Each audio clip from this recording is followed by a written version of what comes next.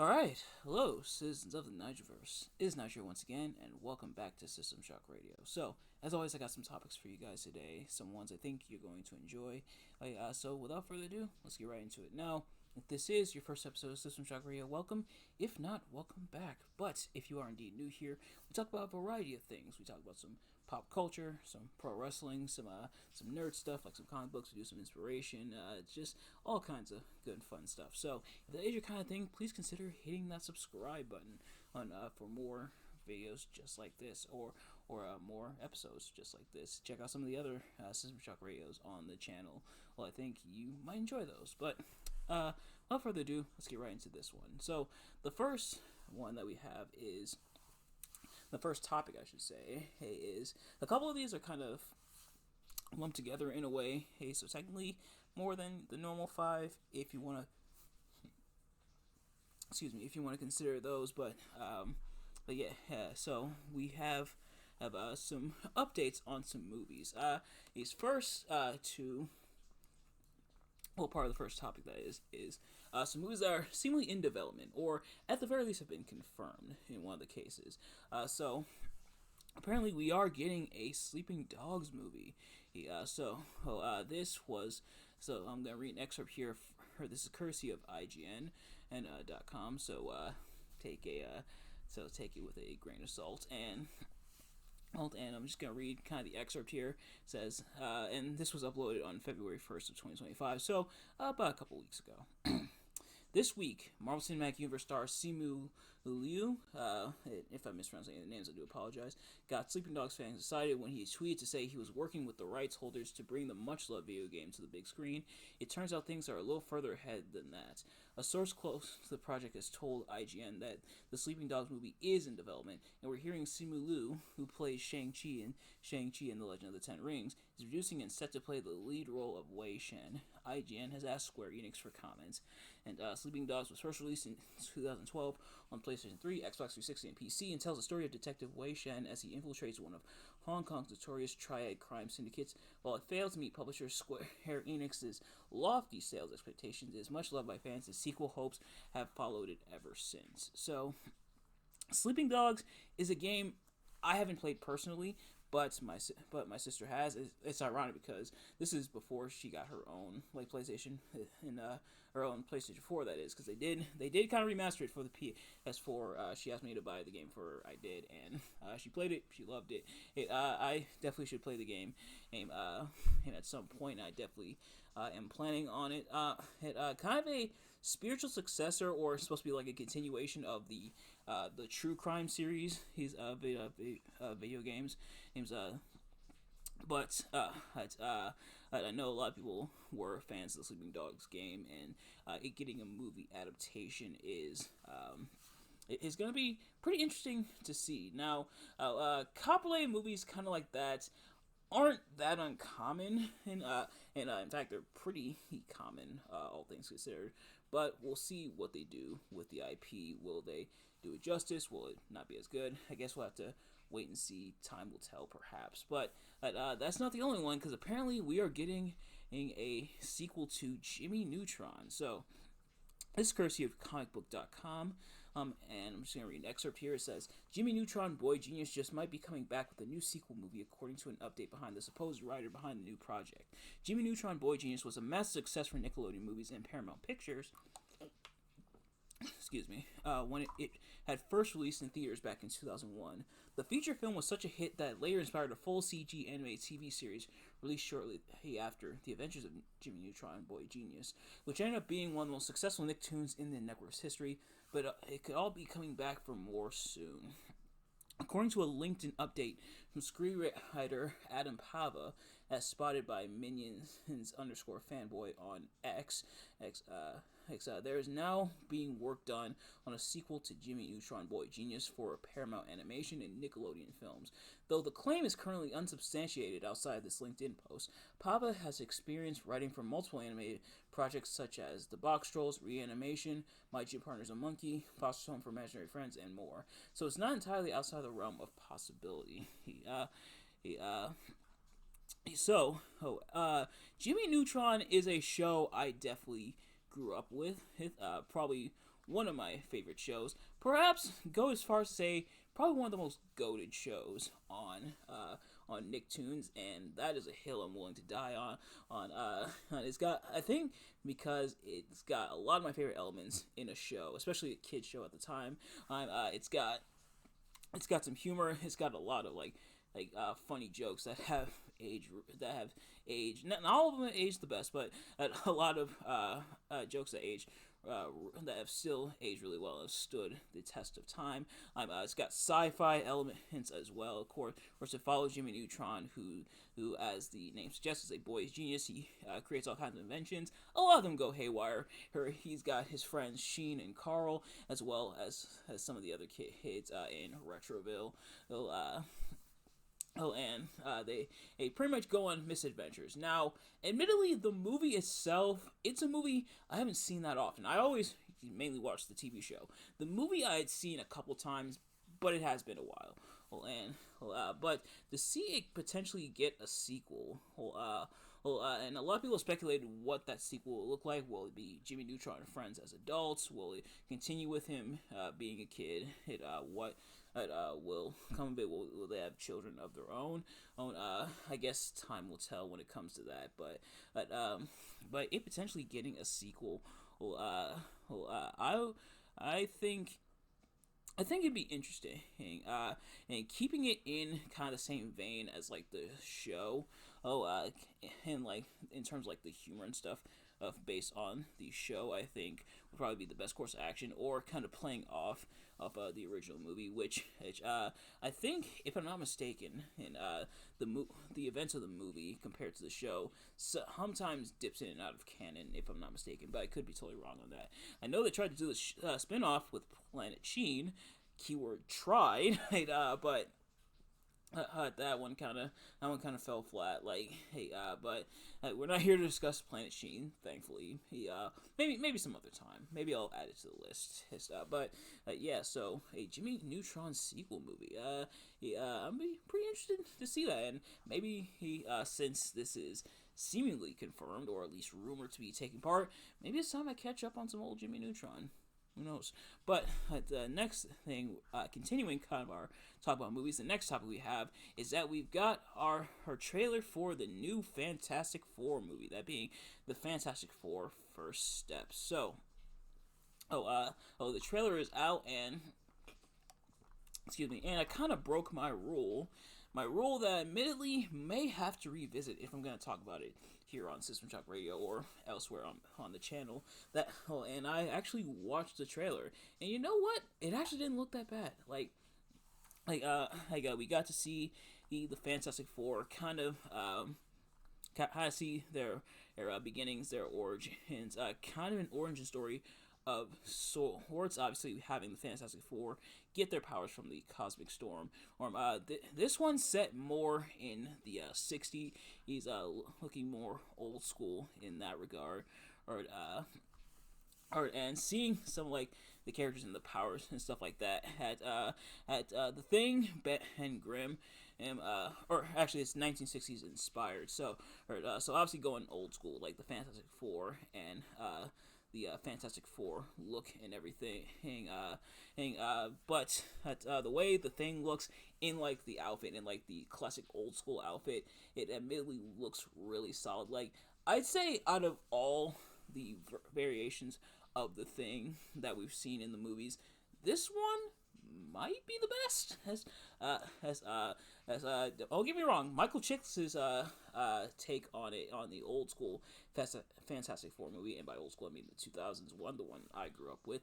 That one is goated, of course, but this one looks pretty solid. Looks kind of closer to the comic version of Ben Grimm. Him seeing like the Invisible Woman's power,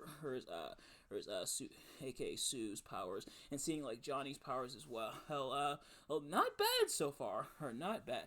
And something that I noticed, and some other people have noticed, that admittedly, I don't know if it's quite concerning yet, but it's kind of. It's interesting that there's a lack of it, is Mr. Fantastic's powers, that being him being able to stretch, elasticity, as it will. Now, it looks like they're gonna play up on the other major aspect of Mr. Fantastic slash Reed Richards, the fact that he's the most intelligent and I believe the most intelligent in the Marvel universe, or if not among them, among the most intelligent. But so playing off of more on that, but not having a look at his powers, him being able to stretch his elasticity is interesting to say the least.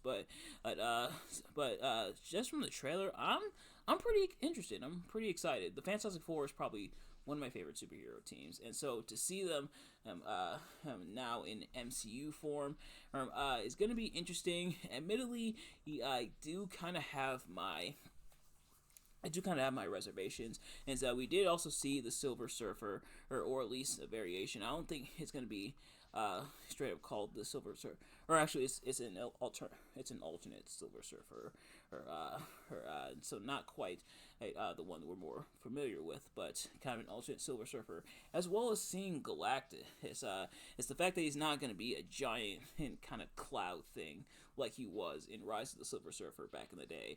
That he's actually a being with the helmet and everything. Even if we kind of saw him from the back, I'm interested to see where it goes. Of course, it's going to be releasing July 25th. Too bad it couldn't be July 24th, but I guess not everything can be 4 related. Nevertheless, I am interested to see where this goes, especially with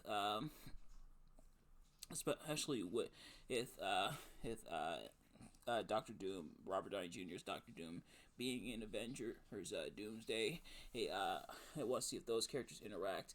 I know there was kind of the rumor getting kicked around. I think I discussed it on the channel of potentially no relationship between Mr. Fantastic and Doctor Doom, which would be concerning considering Doctor Doom's relationship with Mr. Fantastic is kind of a major crux of Doctor Doom and his motives for trying to destroy the Fantastic Four. But I guess we'll see. And now a lot of people are also speculating what impact the Fantastic Four will have on the MCU. Will it be able to get it back on track? Deadpool Wolverine, he seemingly he was a step in the right direction. I know a lot of people are kind of having mixed reception to Captain America: Brave New World, which just released, but Fantastic Four has been something that a lot of people have speculated what impact, good or bad, will it have on the MCU. So I guess we will wait and see. But as for am I going to see this in theaters? Honestly, I might. I've mentioned before on the channel, and I promise this is not to humble brag or be, oh, look how different I am. I've mentioned how I don't really go to the theaters that often anymore, or mainly because it's kind of overpriced. In my opinion, overpriced. And a lot of the same experiences I can get at home. I'm gonna get like some popcorn from like the store, or like some soda from the store, and then just watch it at home. But I usually do go to the theaters if it's a movie I really want to see, like right then and there. Or it's something I can't wait for it to go on streaming, because eventually the movies end up on streaming anyway. But this one, it might be one of those movies that I decide to go ahead and check out in theaters. But we'll see when the time comes. But the trailer's out now. Definitely check out the trailer, because it is interesting to say the least. Now I know the trailer can't give everything away, because then what's the point of watching the movie?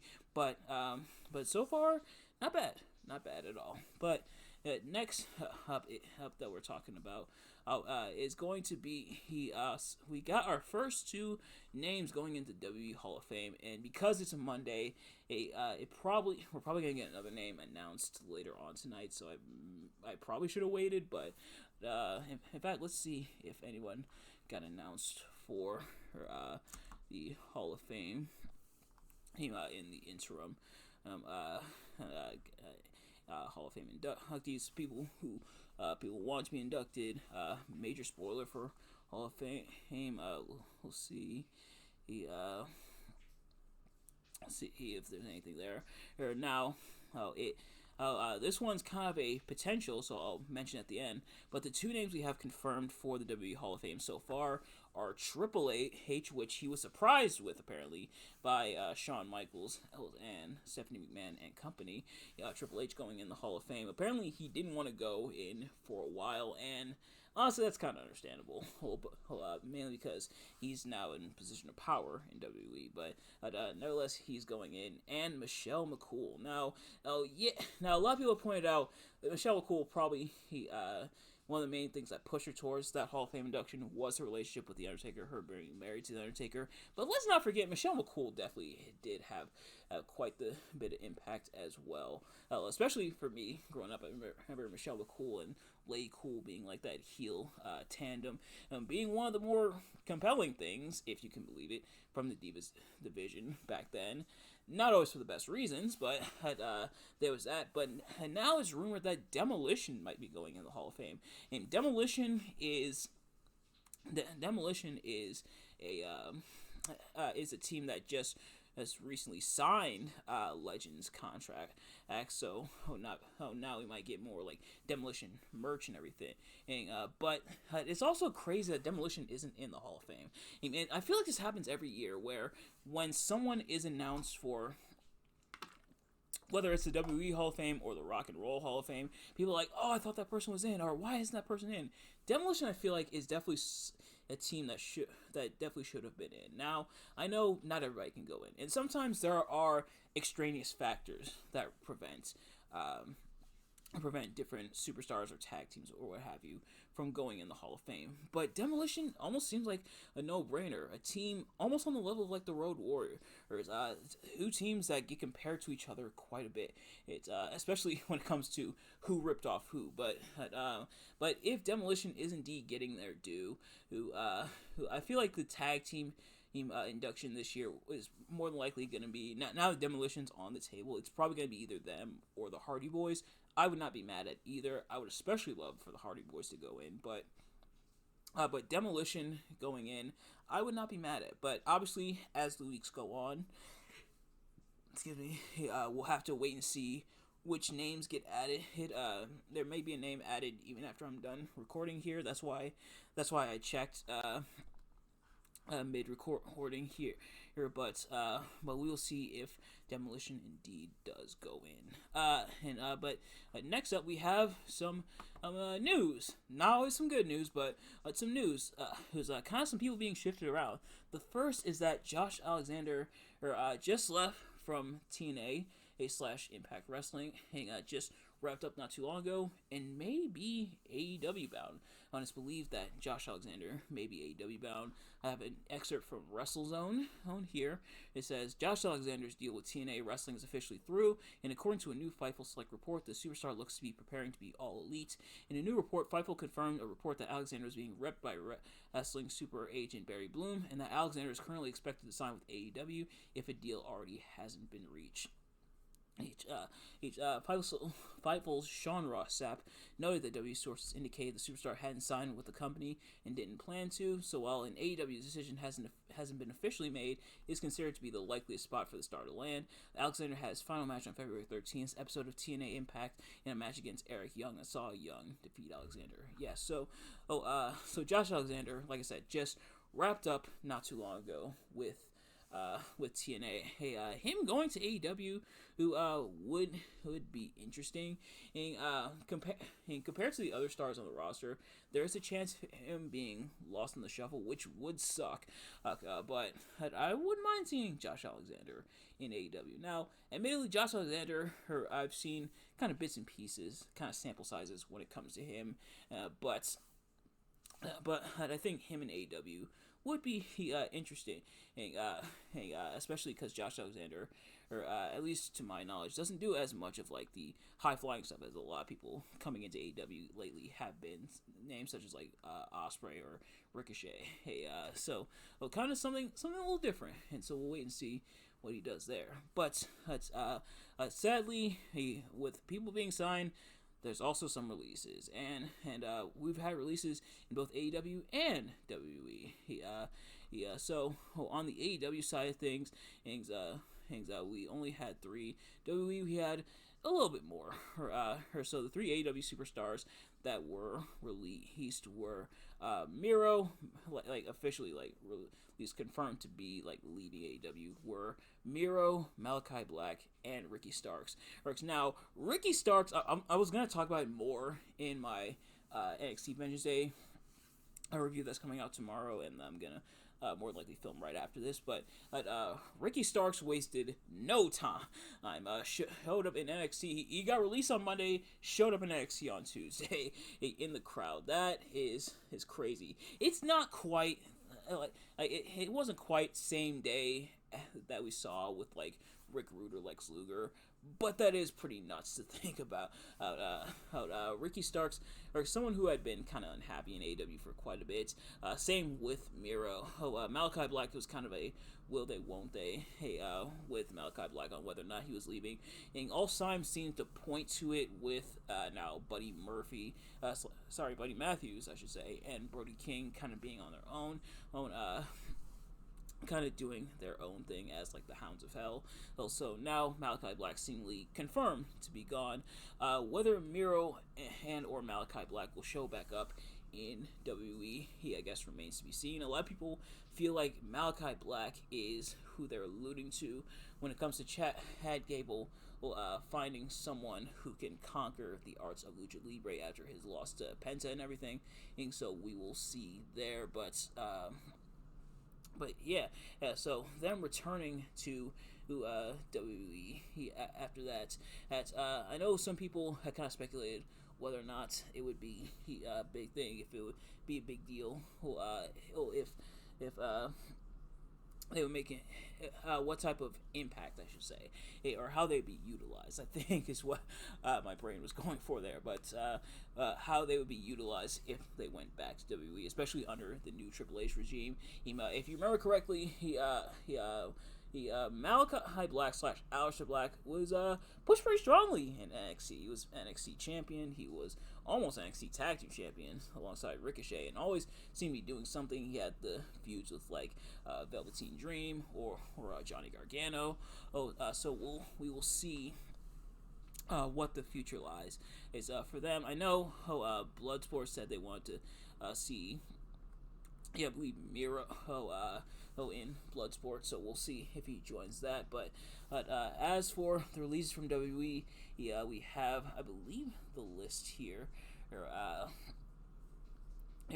So it kind of is separated. So the people who were released on February 7th, so about a week or so ago, were Cedric Alexander, Sonya Deville, Blair Davenport, heard Authors of Pain, and that being Akam Razar, and Paul Ellering. And they released a few more, or afterwards, that being Isla Dawn of the Unholy Union, Giovanni Vinci, as well as Luke Gallows and Carl Anderson of the OC. Now, admittedly, I'll say this right off the bat. And then they also released Elektra Lopez after that, and then that's kind of where it wrapped up when it came to the releases. Now, here's what I will say: anytime people get released, anytime people are essentially out of a job, it always does suck, right? Like people losing a job, unless they absolutely deserved it. And even if they deserve it, it's still kind of bums you out a little bit. But people essentially being out of a job definitely does suck. This name was people that they weren't really utilizing, which was kind of a problem, especially for a lot of people. Cedric Alexander being there for so long, and seemed like it always seemed like a what if story with Cedric Alexander. What if he was bigger? Should he have been bigger, or a bigger star in WWE? He was part of the Hurt Business. As then it almost seemed like he almost seemed kind of aimless once Hurt Business wrapped up. He did kind of have the team a little bit with Shelton Benjamin even after the Hurt Business wrapped up. Then he kind of had the team with. Then he kind of had the team with Ashanti Adonis, but that kind of went nowhere. Him eventually being released, it was a little surprising because he had re-signed, if I remember correctly, not too long ago, he had re-signed, especially in the midst of Bobby Lashley, MVP, and Shelton Benjamin all going to AEW, which it's now apparently. It's now apparently they're now apparently pushing, and also I should mention this is courtesy of Newsweek that I found this information, at least the list of people who released. With Bobby Lashley, MVP, and Shelton Benjamin forming the Hurt Syndicate in AEW. A lot of people do feel that there may be a push. Maybe a bit of a push to get Cedric Alexander on board. A lot of people speculate he probably wouldn't go to AEW, considering how his wife, Big Swole, how her treatment was in AEW. I know that was kind of a while ago, but we will see if Cedric Alexander joins them there. It wouldn't surprise me. If they, put what happened in the past and Cedric Alexander did go to AEW. Would I mind seeing him in AEW joining the Hurt Syndicate? I wouldn't mind it. The Hurt Syndicate is doing pretty well. Bobby Lashley and Shelton Benjamin are tag team champions now in AEW, so we will see in that regard. Blair Davenport, she had gotten called up, and it always sucks when they call them up without any clear plans. Now, apparently Blair Davenport did have plans in place for her, but I guess they fell through, which plans fall through.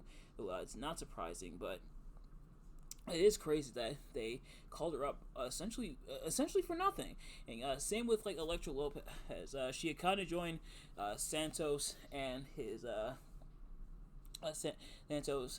crew, the new Legado del Fantasma, but had almost called up for nothing, which is very sad.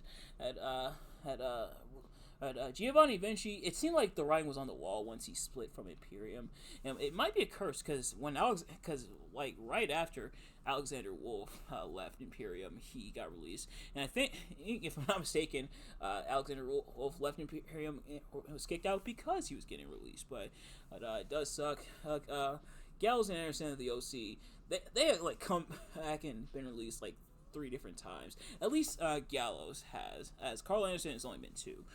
But it seemed like they didn't have anything else for the OC. They sent him down to NXT for no reason. But it seemed like after the AJ Styles versus Judgment Day feud wrapped up, which apparently they're reigniting. But it seemed like after that wrapped up, they didn't have anything else. Now, I guess getting to some of the ones I was super surprised on that being Isla Dawn, one half of the Unholy Union, alongside Alba Fire, or her getting released, Haste and not Alba Fire, I think was pretty surprising. They're not doing a whole lot with them either, but why is Alba Fire staying, but Isla Dawn is getting released? Not that I want either of them to get released, but why? It's really weird. But especially because they were women's tag team champions not that long ago, only a few months ago or so. But then there was Sonya Deville. She was literally part of the Pure Fusion Collective. They were on TV. They were at the Royal Rumble not too long ago, and now she's been released, which really sucks. And the Authors of Pain and Paul Ellering, they're literally part of the Final Testament. Now, admittedly, you probably could have seen it coming, because now it's Karrion Kross is back to kind of going out on his own, being his own man. But it does suck that now they're no longer part of it. And it is pretty unfortunate in that regard. And I wish they did more with the Final Testament. They kind of did the feud with the Wyatt Six, and then they did the feud with Bobby Lashley and the Street Profits. But otherwise, not really a whole lot with them. And especially if you're gonna bring back in the Authors of Pain and Paul Ellering, and now they're gone. It's almost what was the point? They didn't even win the tag titles, to my knowledge. It's almost, what was the point of bringing them back in? That was really weird. But like I said, releases all suck. But to see the amount of superstars that they seemingly had plans for, and they kind of fell through, or just straight up didn't have plans for, or kind of cutting some of the excess. But these are all superstars who could have, and maybe in a lot of cases should have achieved more, but never really did anything with them. Now, is there a chance some of them maybe re-sign in the future? That's always a possibility, but it is, it is pretty disappointing, and I think this is probably another indication, as alongside other stuff lately, to show that not everything is perfect in the Triple H era, but and I know there's a lot of superstars, and only so much TV time you can give, but it almost seems like some get lost in the sauce and lost in the shuffle, and I think this is probably, these are definitely superstars that got lost in the shuffle. But to all those who have been released, wishing you all the best. If any of you are watching this, which you more than likely aren't, but wishing them all the best in future endeavors. Like now that I think about it, releases, we don't even get future endeavors anymore. Like, they used to announce the releases and then say we wish them all the best in their future endeavors. They don't even do that anymore. Like, I think they stopped doing that around like COVID and everything, when they did like mass layoffs. But yeah. The last thing that we're going to talk about is that Valentine's Day was recent on Friday. And I celebrated that by reading some Reddit stories. If you haven't already, go check out that video. But with Valentine's Day, not too long ago, I kind of want to bring it up.